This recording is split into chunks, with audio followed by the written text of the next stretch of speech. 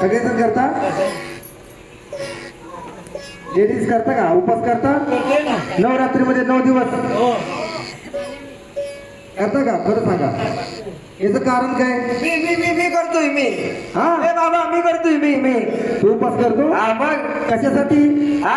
डझनभर फळ खायला हे डझनभर फळ अर्धा लिटर दूध प्यायला अर्धा लिटर दूध हा मग पाव किलो साबुदाणा खायला अरे वा मग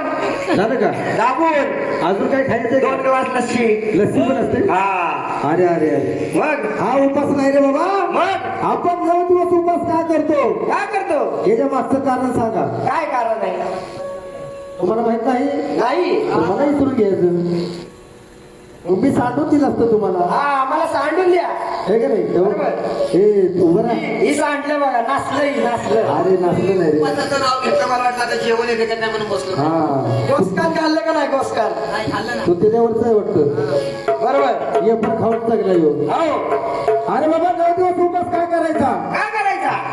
याच्या मागचं कारण कोणालाच माहित नाही नाही ना आता पूर्वीची लोक करत होते म्हणून आपण करतोय हा बरोबर आहे म्हणजे आपले आई वडील करायचे सासू सासरे करायचे म्हणून आपण 9 दिवस उपास करायचा करतो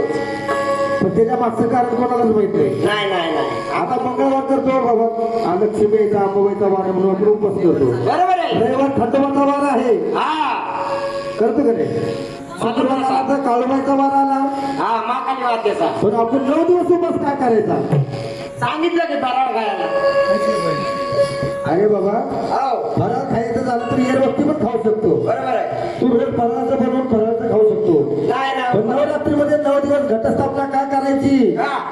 ह्याच्या मागचं कारण काय माहितीये का काय कारण ज्या वेळेला या पृथ्वी तलावरती पृथ्वी तलावरती या पृथ्वी तलावरती चंडानी मुंड नावाचे दैत्य मारले 2 दैत्य मारले होते म्हणलं दादा कुठले दैत्य होते चंडानी मुंड